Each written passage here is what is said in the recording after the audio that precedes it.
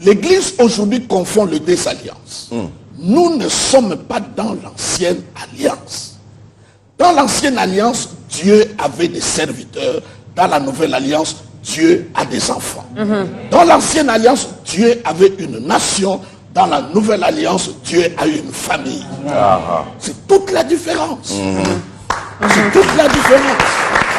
Moïse n'a jamais été enfant de Dieu. Élie n'a jamais été enfant de Dieu. Jacob n'a jamais été enfant de Dieu. C'était des serviteurs de Dieu. La Bible dit, Moïse a servi dans la maison de Dieu comme serviteur. Jésus-Christ a servi comme fils. Et Jésus était enfant unique avant la résurrection. Mais après la résurrection, la Bible dit, il est dit, le premier-né d'entre le monde. C'est notre grand frère.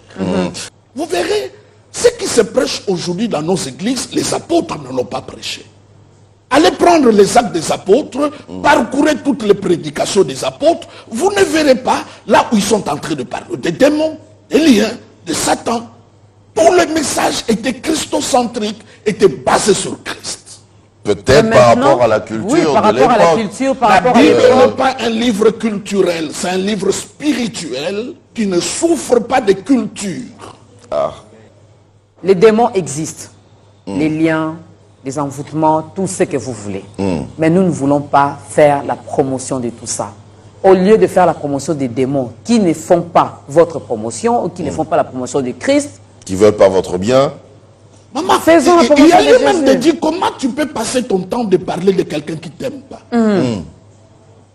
Il t'aime pas, mais tu parles de lui. Vous savez, le diable est trop malin. Le diable, lorsqu'il dit à Jésus, change le pierre en pain. En fait, il dit à Jésus, deviens ce que tu es déjà. Parce que Jésus, c'est le pain de vie. On te fera croire que tu n'as pas. Entre temps, tu en as ça en Christ. C'est quelque chose de grandir. Comme un enfant qui vient de naître, il ne sait pas qu'il est garçon-fille. Mais question, quand il arrive à un certain âge, il prend conscience qu'il est garçon-fille. Ce n'est pas à ce moment-là qu'il devient garçon ou il devient fille. C'est un problème de conscience. Vous voyez comment le diable peut t'embrigader dans le mensonge. Il peut faire te croire des choses qui ne sont pas vraies. Parce que un homme orgueilleux par nature, il veut qu'on parle de lui. C'est comme ça, même quand tu n'as pas étudié, tu n'es pas allé à l'école, tu as échoué aux examens, on te dit que ce sont les démons des échecs. Donc le diable s'attribue tout. Ton pinet crève, il dit c'est le démon de crevaison. Il prend tout. Un cafard passe, il dit je suis là-dedans. Donc moi. Il veut qu'on parle de lui. On parle que de lui. Et la Bible dit, nous on ne fait pas son apologie. La Bible dit résistez-le avec une foi ferme.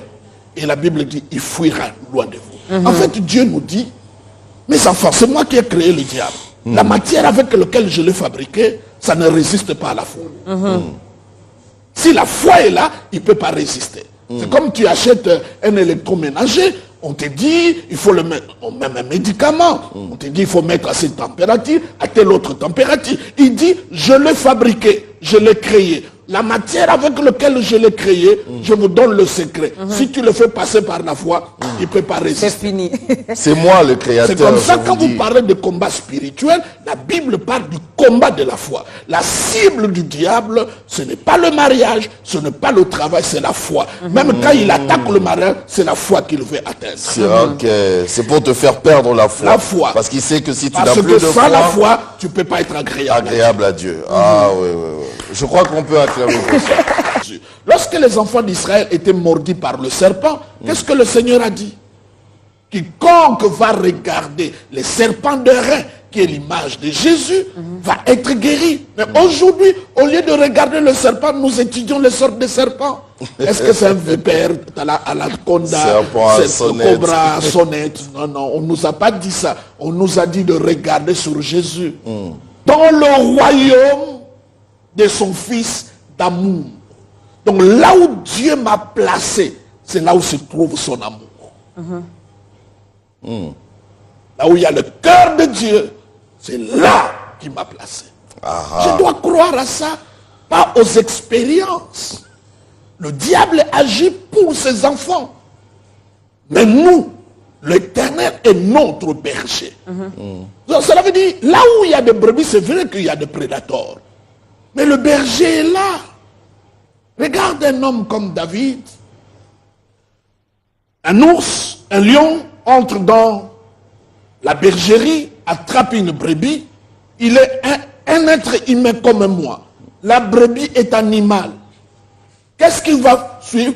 Il va poursuivre le lion, il va arracher la brebis qui était déjà dans la gueule du lion, et il a tordu le cou du lion. Si lui, être humain, de chair, il fait ça pour un animal, qu'est-ce que vous pensez de Dieu comme berger? Qu'est-ce que vous pensez? Je donne un exemple. Dans une église, on fait passer un ex-sorcier pour rencontrer tout ce qu'il avait fait quand il était sorcier.